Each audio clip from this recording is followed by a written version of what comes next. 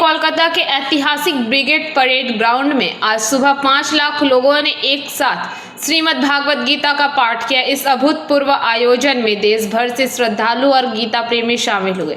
आयोजकों का दावा है कि यह एक ही स्थान पर सबसे अधिक लोगों द्वारा सामूहिक गीता पाठ का एक नया विश्व रिकॉर्ड स्थापित कर सकता है। विशाल जनसमूह मैदान में उपस्थित श्रद्धालुओं की संख्या लगभग 5 लाख बताई गई है। सुरक्षा व्यवस्था आयोजन स्थल पर सुरक्षा के कड़े इंतजाम किए गए थे और यातायात व्यवस्था को सुचारू बनाए रखने के लिए विशेष व्यवस्था की गई थी। इस समारोह का मुख्य उद्देश्य धर्म ग्रंथ गीता के मूल्यों और संदेशों को जन जन तक पहुंचाना तथा आध्यात्मिक चेतना को जागृत करना है। इस भव्य आयोजन को देखने के लिए शहर के कोने कोने से लोग ब्रिगेड परेड ग्राउंड पहुंच रहे हैं, जिससे पूरे क्षेत्र में भक्ति और उत्साह का माहौल बना हुआ था।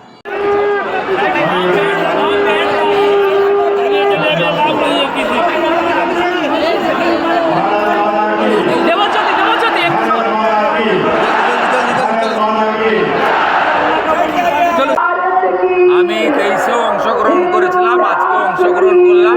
তাছাড়া আমি সাত্বিক পরিবার থেকে আসি।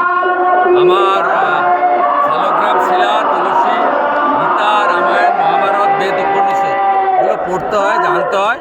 কিছুটা আমরা ত্রুটিযুক্ত মানুষ, কিছুটা শেখার চেষ্টা করি। শুভেন্দুদা, তৃণমূল কংগ্রেস তারা বলছে এটাও নাকি রাজনীতির একটা অংশ। গীতা পাঠের মধ্যেও নাকি বিজেপির রাজনীতি আছে, এটা তাদের বক্তব্য। আয়োজকরা তো বলেছিলেন যে মুখ্যমন্ত্রীকেও আমন্ত্রণ করেছেন। মুখ্যমন্ত্রী না এসে প্রমাণ করলেন তিনি প্রকৃত হিন্দু নন। আয়োজকরা বলতে পারবে কেন আমন্ত্রণ করেছিল। আমি তো মমতা ব্যানার্জিকে হিন্দু বলে মনে করি। আমি তো ওনার সঙ্গে কাজ করেছি এবং ওনাকে পরিত্যাগ করেছি।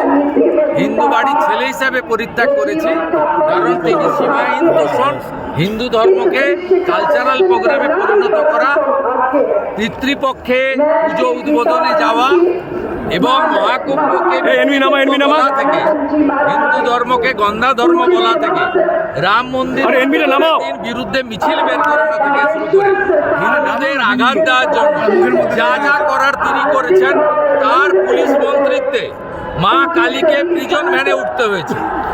আয়োজকরা ডেকেছিলেন, কেন ডেকেছিলেন আয়োজকরা বলতে পারবেন। আমি মনে করি মমতা ব্যানার্জি হিন্দু নন, হিন্দু রীতিনীতি শাস্ত্র বিরোধী। তিনি রেড রোডে ঈদে আসেন, হুমায়ুনকে আটকালেন না।